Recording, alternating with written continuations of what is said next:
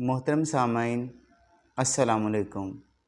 میں ہوں ڈاکٹر محمد سجاد اور میں آپ کے اپنے یوٹیوب چینل پہ آپ کو خوش آمدید کہتا ہوں۔ محترم سامعین، پہلے کی طرح میں آج ایک بار پھر آپ کے لیے ایک نئی اور خوبصورت کتاب لے کے آیا ہوں۔ آج میں نے اس کتاب کا جو انتخاب ہے وہ کلاسیکی ادب سے کیا ہے۔ آپ کے سامنے یہ خوبصورت کتاب ہے فردوس بریں۔ محترم سامعین، یہ کتاب جو ہے عبدالحلیم شرر کی ہے۔ عبدالحلیم شرر اردو کے نامور مصنف گزرے ہیں اور ان کا خاصہ یہ ہے کہ انہوں نے تاریخ نگاری پہ بہت زیادہ لکھا ہے، یعنی ان کے اکثر ناول جو ہے وہ مختلف تاریخی حقائق و واقعات کے گرد گھومتے ہیں۔ تو یہ جو فردوس بریں ہے یہ بھی ایک ایسے ہی تاریخی واقعے کے گرد گھومتا ہے، یعنی دنیا میں مختلف اوقات میں مختلف فتنوں نے سر اٹھایا اور ان کی سرکوبی بھی کی گئی۔ ایسا ہی ایک فتنہ فرقہ باطنیہ تھا۔ فردوس بریں کی داستان کا موضوع بھی فرقہ باطنیہ کی تحریک تھی کہ جس نے دنیا کے اندر ایک تہلکہ مچایا اور اسلام کو بہت زیادہ نقصان پہنچانے کی کوشش کی گئی۔ یہ فتنہ 6 صدی ہجری میں دنیا اسلام کے لیے ایک فتنہ بن کر آیا اور سب کچھ تہس نہس کرتا چلا گیا۔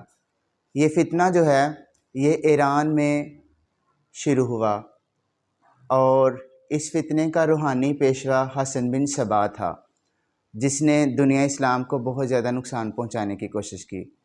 یہ حسن بن صبا نے ایک جنت بھی بنائی تھی جس کے اندر وہ نوجوان مسلمان لڑکوں کو ورگلا کے لے جاتا اور پھر ان سے جنت کے بار بار سیر کے تقاضے پر مسلم شخصیات کا قتل کرواتا۔ اس طرح سے یہ جو ہے فرقہ تھا، ان کی پہچان یہ تھی کہ ان کے ماتھوں کے اوپر یعنی ان کی پیشانی پہ لوہے سے ایک نشان جو ہے وہ گرم لوہے سے داغا جاتا جو ان کی نشانی ہوتا۔ تو یہ جو فردوس بریں ہے یہ بھی اسی کے گرد گھومتا ہے۔ تو آئیے اس کی کہانی جو ہے وہ شروع کرتے ہیں۔ اس ناول کے آغاز میں 2 نوجوان یعنی ایک لڑکا اور ایک لڑکی، لڑکی کا نام زمرد اور لڑکے کا نام جو ہے وہ حسین، یہ دونوں منگیتر ہیں اور یہ دونوں اپنے گھر سے اس امید پہ نکلے ہیں کہ یہ حج جو ہے وہ کریں گے۔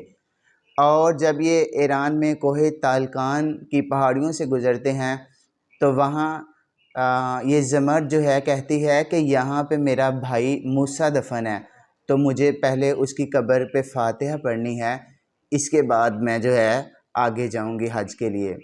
حسین اسے روکتا ہے لیکن زمرد جو ہے اس کی بات نہیں مانتی اور اپنے بھائی کی قبر پہ جانے کی ضد کرتی ہے۔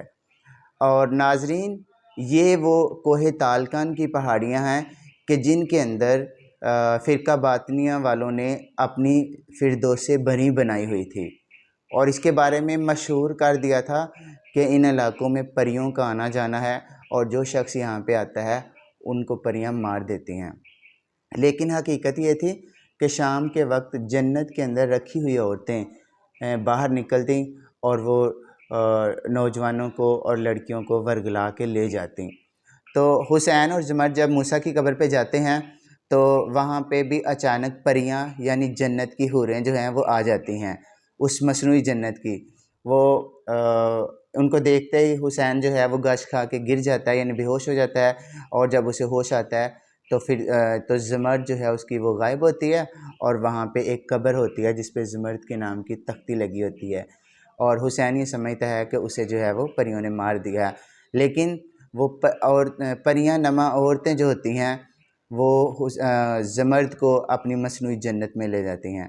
اب حسین وہاں پہ تڑپتا ہے، 6 مہینے گزر جاتے ہیں لیکن وہ وہیں پہ اپنی زمرد کی قبر کا مجاور بن جاتا ہے۔ ادھر دوسری طرف جنت میں جب زمرد جاتی ہے تو وہاں کا ایک جو شخص تھا اس کا نام تھا خوارشہ۔ خواہشہ جو ہے وہ زمرد پہ عاشق ہو جاتا ہے اور وہ چاہتا ہے کہ زمرد کو اپنے لیے رکھوں، لیکن وہ چونکہ حسین سے محبت کرتی ہے اور اسے نکاح بھی کرنے کی خواہاں ہے، اس لیے وہ اس کو گھاس نہیں ڈالتی، اور اس طرح سے جو ہے وہ خواہشہ اس کو اپنی بے عزتی محسوس کرتا ہے۔ اور خواہشہ کو جب پتہ چلتا ہے کہ اس زمرد کا عاشق حسین باہر بیٹھا ہوا ہے، تو وہ اس کو استعمال کرنے کا ارادہ کرتا ہے۔ وہ زمرد کے ذریعے اس کو خط لکھواتا ہے اور زمرد کی قبر پہ خط رکھواتا ہے تاکہ وہ اس کو پڑھے اور یہاں سے چلا جائے، لیکن حسین ثابت قدم ثابت ہوتا ہے اور وہاں سے نہیں جاتا۔ اس کے بعد پھر کچھ عرصہ کے بعد خواہشہ جو ہے زمرد کے ذریعے خط لکھواتا ہے اور وہ سوچتا ہے کہ یہ جو حسین ہے اس کو اپنے مقاصد کے لیے استعمال کیا جا سکتا ہے۔ زمرد سے زبردستی خط لکھوایا جاتا ہے اور وہ اس میں اس کو کہتی ہے کہ فلاں جگہ جا کے ایک شیخ وجودی ہیں، تو ان شیخ وجودی سے جا کے ملو، وہ تمہیں گائیڈ کریں گے۔ اور یہ شیخ علی وجودی یہ حسن بن صبا کا ایک کرتا دھرتا ہے جو نوجوانوں کو ورگلا کے تو مسلمانوں کا قتل کرتا ہے۔ اب حسین کو یہ ٹاسک دیا جاتا ہے کہ اگر تم جنت میں فردوس بری میں اپنی زمرد سے ملنا چاہتے ہو تو تمہیں نیشا پور کے ایک عالم کو قتل کرنا پڑے گا، اور وہ عالم تھے نیشا پوری کے امام نجم الدین نیشا پوری۔